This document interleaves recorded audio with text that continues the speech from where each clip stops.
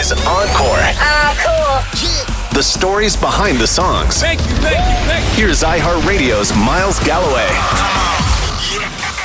I feel like this episode needs to come with some kind of warning that this song is going to be stuck in your head for the rest of the week. I'm Miles Galloway, and this is the story of Carly Rae Jepsen's Call Me Maybe.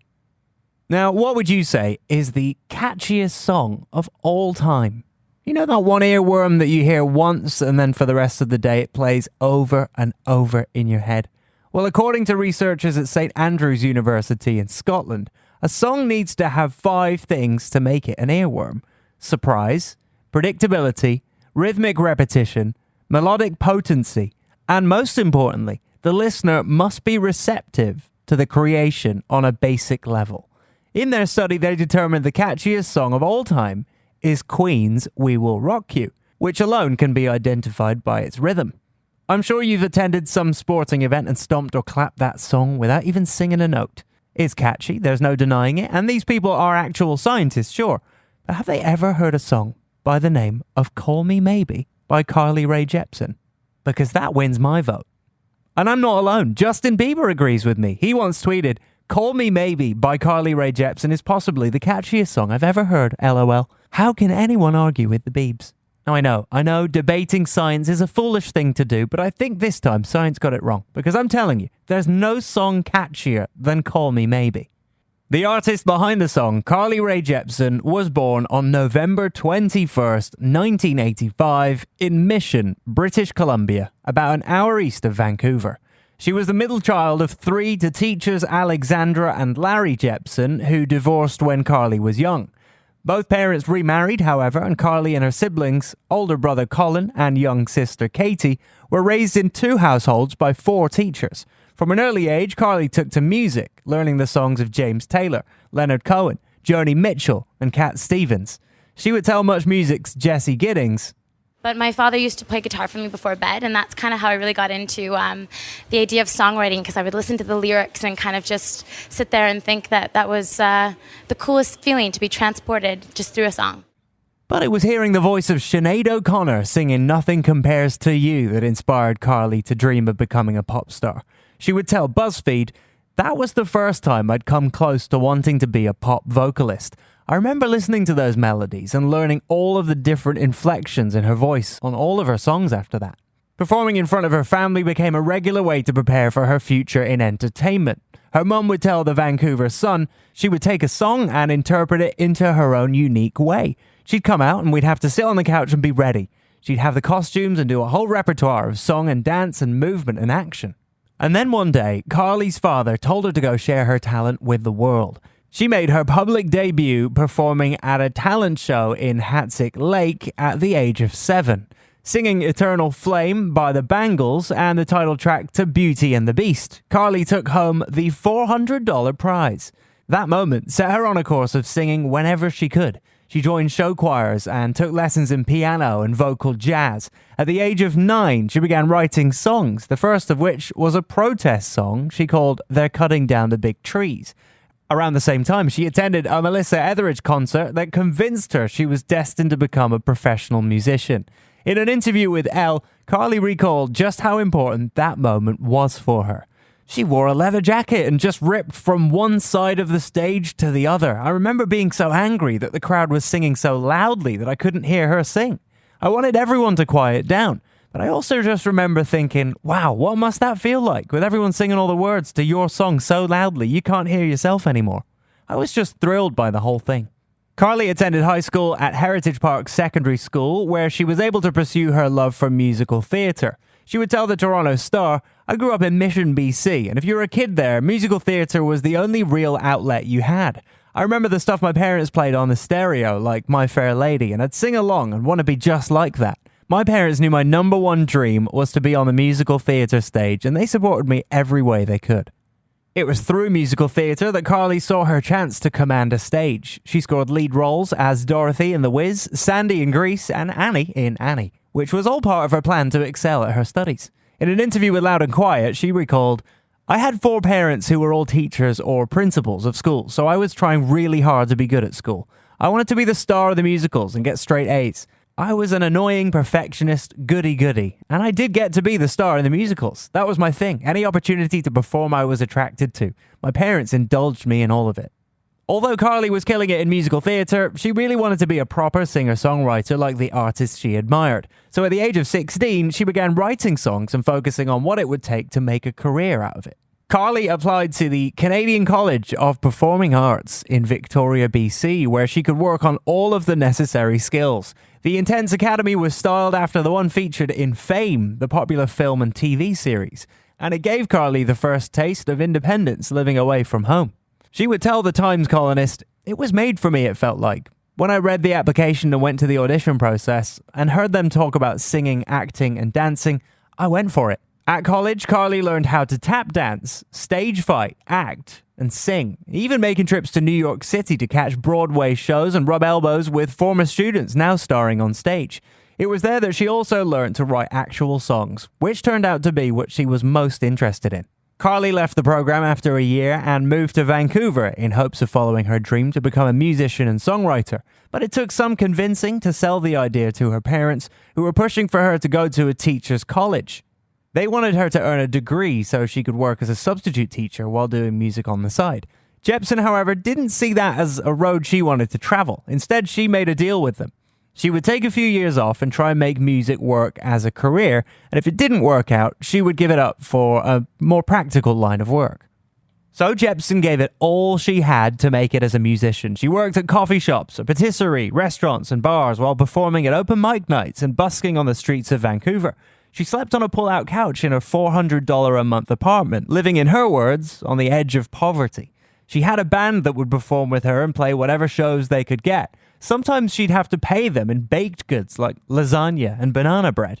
And then in 2004, at the age of 19, she scrounged up enough money to self-release a CD featuring 3 songs, including Dear You, the first professional song she had written. Carly used the CD as a demo, handing out to any and everyone she could.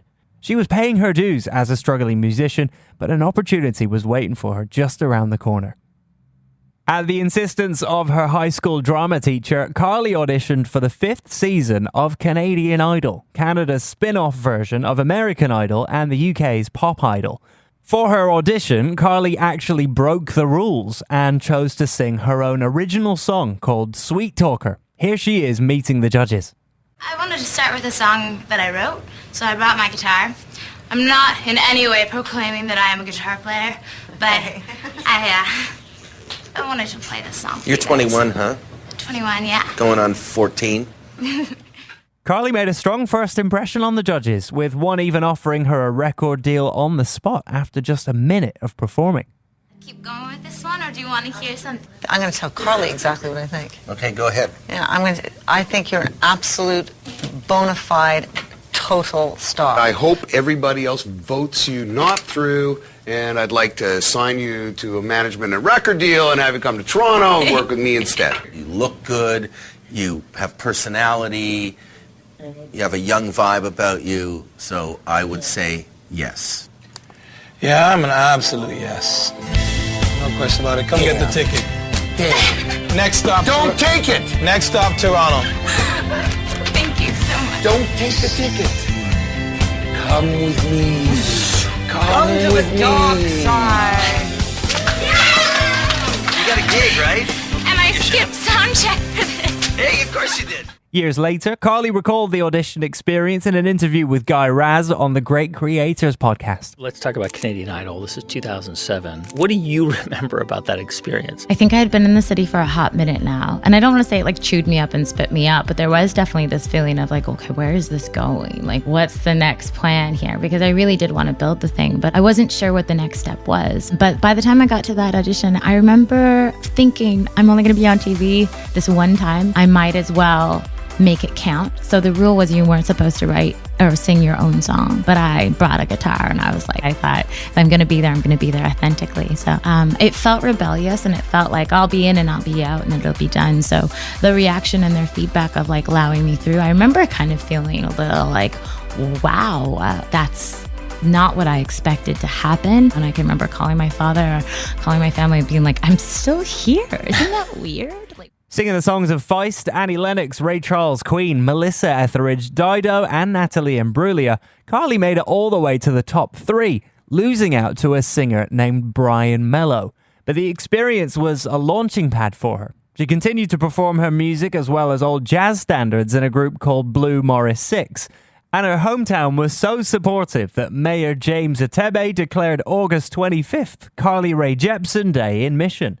Carly performed for the town and signed autographs. During an interview with Much Music's Tim Deegan, Carly said she felt not taking home the title of Canadian Idol was a bit of a blessing in hindsight.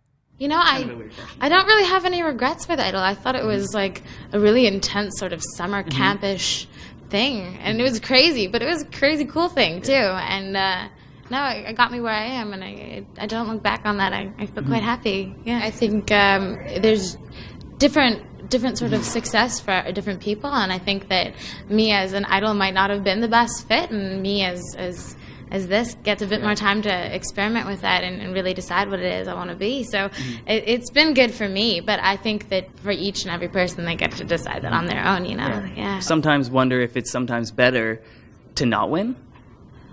I mean, for me it was. I don't think I saw that like at the time maybe, but I'm thinking like, well, I kind of did. I saw both sides of it. I thought, you know, anywhere after 5 would be great, but I was so blown away by getting as far as I did that really it was sort of just everything was bonus, and I felt like whatever happened was sort of meant to happen. And looking a year or so later, how long has it been? Jeez. Despite the boost in her profile from appearing on millions of TVs each week during Canadian Idol, Carly was still hustling to make ends meet in Vancouver. But she also met a songwriter/producer by the name of Ryan Stewart, and the two of them began working on her debut album, along with some help from Josh Ramsey of Mariana's Trench, who chipped in to help perform, engineer, and produce, as well as co-write a duet with Carly called Sour Candy.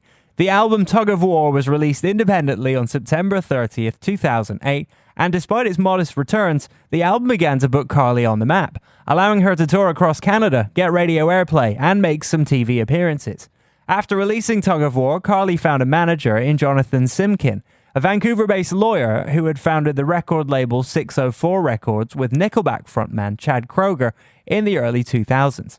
At first, Simkin wasn't interested, thinking Carly was just a standard puppet singing other people's songs. But after meeting with her, he was impressed with her songs and what he called an intangible X factor. He signed her to 604 and later on re-released Tug of War with a distribution deal through Universal.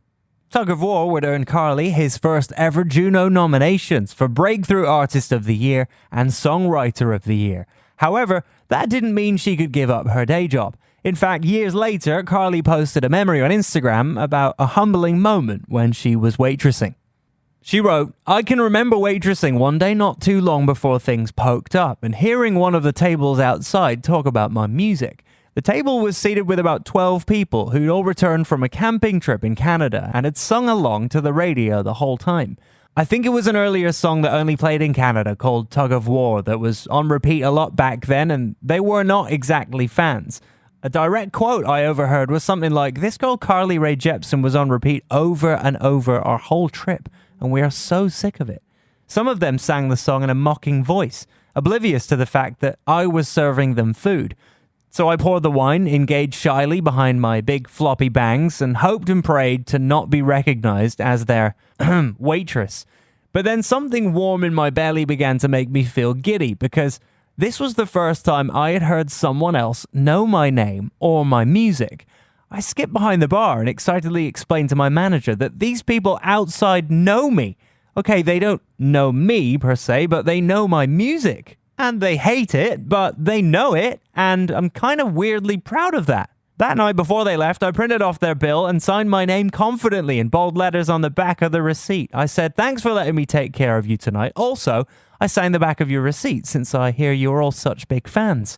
Their jaws dropped. We had a laugh, and I may have received a slightly bigger tip than usual. Despite a few unsatisfied customers, Carly wasn't far from her big break. Carly began writing music with her friend Tavish Crow, a fellow Vancouverite who would join her touring band on guitar. They had a folk song they were working on at her uncle's house called Call Me Maybe that had some promise. It began with the bridge, and then a melody, and then a chorus. But they were far from finished, so they called in Josh Ramsey, who had experienced a lot of success in Canada with his band Mariana's Trench. Ramsey came in and helped transform it from a folk song into a sparkling pop song, elevated layers of strings that helped give the song its hook. All of a sudden, Carly was changing up the kind of music she'd been making, basically her whole life. Gone was Carly the folk singer, now she was becoming Carly the pop star in the making. Ramsey explained why he felt that was a necessary transition in an interview with SoCan. The reason why I thought that would be a cool idea for Carly was because it was more of a pop song than what Carly had done on her previous record, but her previous record was so acoustic based that I thought it would still be like a tie through to her acoustic roots as opposed to just being like covered in jumping right to all synths. The three of them wrote, recorded, and produced the song in the span of only 4 or 5 days, finishing it just before Christmas 2010. Carly would admit to Rolling Stone that the song was about a specific guy who she was still dating at the time of the song's release. She said, "It was just the idea that I felt that something was really missing. And when he came into my life, he was the person I was missing." In making this genre jump from folk to pop, Carly didn't stop at this one song. She decided to completely pivot for her entire album.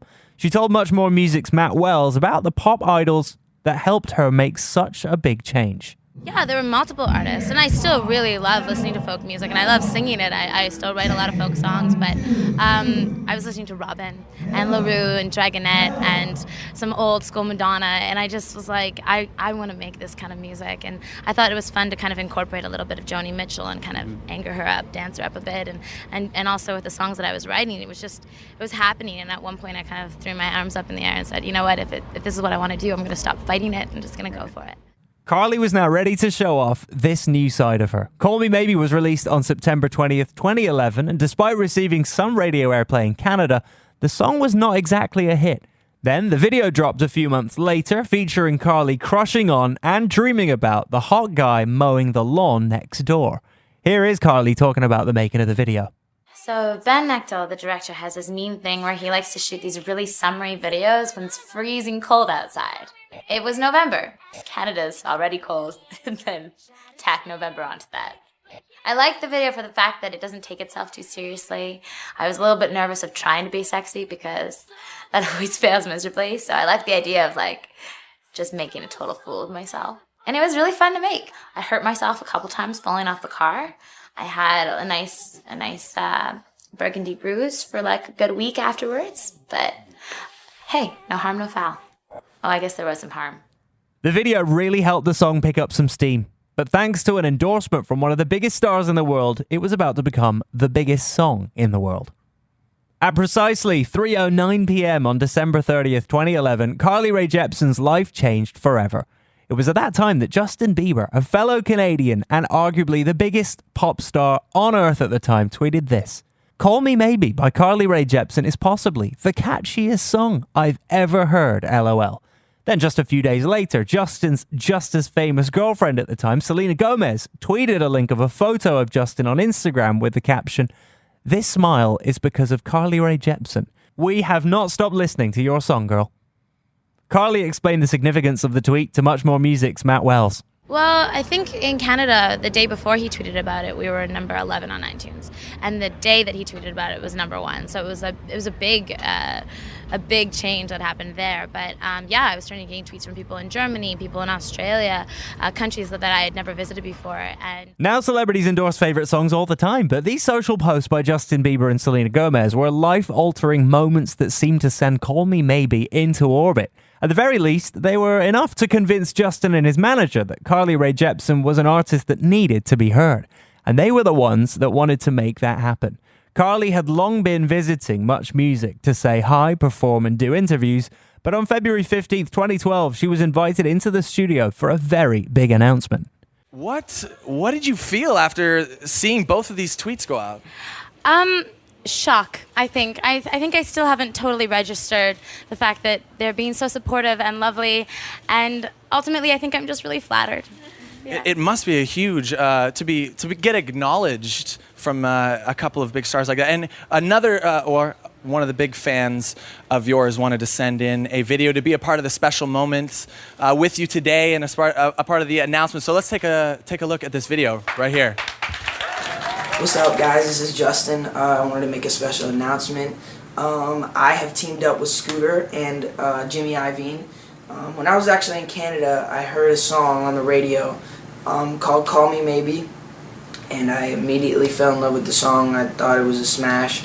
And then I started, doing my research and found out who it was. Her name is Carly Rae Jepsen, and I just wanted to tell everybody that we signed her.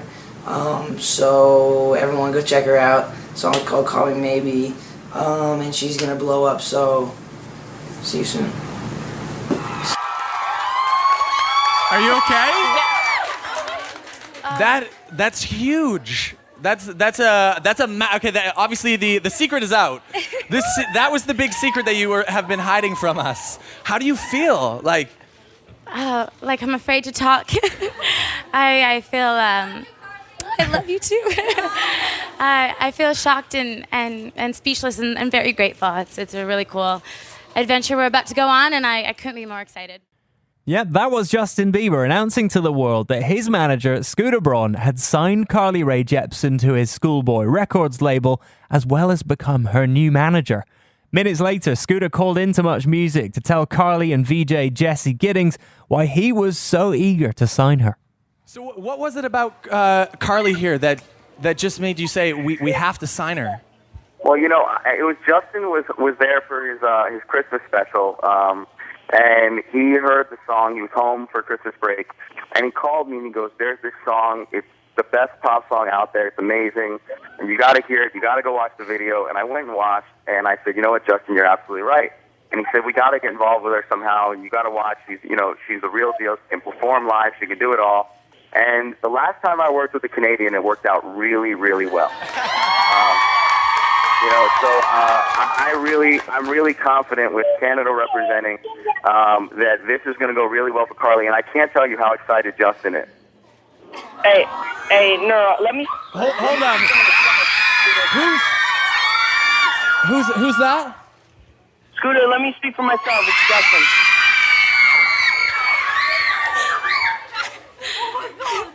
What's up, guys? Canada, how you feeling?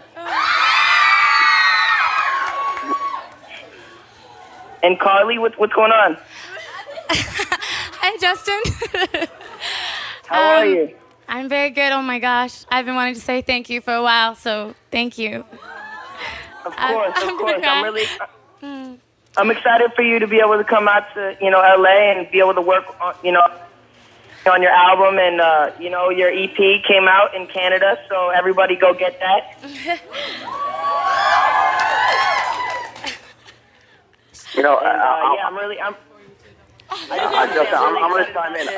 I'm going to chime in and just tell them what you said to me, and then let you just elaborate. What Justin said, I think it's really important for all you Canadians to know. He said, "I think this is BS that this song is #1 in Canada and isn't #1 around the world, because if one Canadian artist is good enough to be #1 there, it's good enough to be #1 around the world," and that's what he wanted to get involved in. Exactly. Man, did you hear Justin just totally hijack that call? But the Biebs wasn't done there. 2 days later, he and Selena posted a video of them and some friends, including High School Musical's Ashley Tisdale, lip-syncing to Call Me Maybe.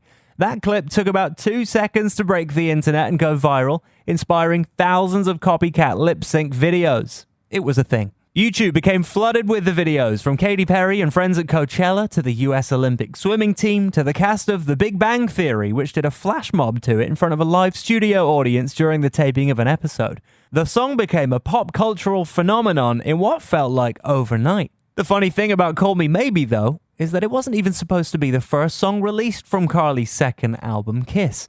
In an interview with Billboard, Carly's then manager Jonathan Simkin said it wasn't even slated to be her first single. "That was me having to fight for that one. The Universal Radio team, that wasn't their first choice. It wasn't anybody's first choice except me. I just knew there was something about that song."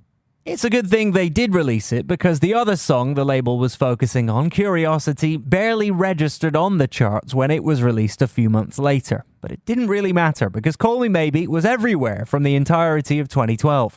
The song topped the Billboard Hot 100 in June and sat there for 9 consecutive weeks. It was the first song by a Canadian female artist on the Billboard Hot 100 chart since 2007, when Avril Lavigne reached #1 with Girlfriend. Hey, that song was also featured in an episode of Encore. In addition to that, Call Me Maybe was the most purchased song on iTunes in that year. And according to the International Federation of the Phonographic Industry, the best-selling single of 2012 globally, with 12.5 million units sold worldwide during that year. And that music video we all love, it was the most viewed clip on Vivo with more than 360 million views. Call Me Maybe won Single of the Year at the 2013 Juno Awards and helped Carly win Junos for Album of the Year and Pop Album of the Year for her album Kiss. To top it all off, Carly would spend the final few months of 2012 and first few months of 2013 opening up for Justin Bieber's Believe tour. What a year it was for Carly Rae Jepsen. Call Me Maybe wasn't a flash in the pan. While it still remains to be Carly Rae Jepsen's biggest song, I mean, it's pretty hard to top. She has continued to build a large and devoted fan base while evolving into one of pop music's most exciting stars. With all that said, Call Me Maybe is still omnipresent in our everyday lives, especially if you consider how it pioneered the viral video years before TikTok was even an idea. It's been designated the best-selling domestic Canadian single in history, with 1.5 billion streams on Spotify and 1.65 billion views on YouTube. And that's not to mention the likely billions of views the song receives through its copious lip-sync covers and drag queen performance videos, where it remains a favorite. The song's been parodied by everyone from Sesame Street's Cookie Monster, who sang Share It Maybe, in a bid to get bites of other people's cookies, to Weird Al Yankovic, who included it in his Now That's What I Call Polka melody. Nice. It's also been performed on TV shows like Glee, Coronation Street, and America's Got Talent. Billboard has called it the 8th best pop song of all time in its list of the top 500. 8th! That's a list where only Whitney Houston, ABBA, The Temptations, Backstreet Boys, Kelly Clarkson, Madonna, and Michael Jackson have a song that's considered better. That's pretty good company to be in. Billboard also declared Call Me Maybe to have the greatest chorus of the century so far. Of course, no one was more surprised by the success of Call Me Maybe than Carly Rae Jepsen herself. iHeartRadio's Shannon Burns asked Carly whether she'd ever expected the song to become the massive hit that it did. Okay, so Josh Ramsey was in here probably a couple months ago now, and we were talking about Call Me Maybe, and he had mentioned that when you guys made that song, he had no idea that it would become what it did. Did you feel the same way? I don't think me, Tavish, or Josh had any clue. I think... Did you know, okay, this is at least going to be like a top Canadian song, or you had no idea? No, I think that's the thing with all songs. It's just sort of like you have to let them go, and then whatever happens, happens. And I definitely felt the same with that, of always hopeful of okay. But no expectations. I think when it hit top number 9 in Canada, I was like, we should throw a party. This is great news. And then it just got a whole different life of its own. So, and still today, whenever I'm putting out new music, I'm always just whatever happens, happens. And not too much investment in that side of it. Yeah. You heard it right here, folks. If you don't expect to write the catchiest song of all time, you might just do it. I'm Miles Galloway, and that was the story of Carly Rae Jepsen's Call Me Maybe on Encore. Encore is an iHeartRadio Canada podcast. Subscribe to this podcast on iHeartRadio or wherever you get your podcasts. Download the iHeartRadio app for more great podcasts just like these.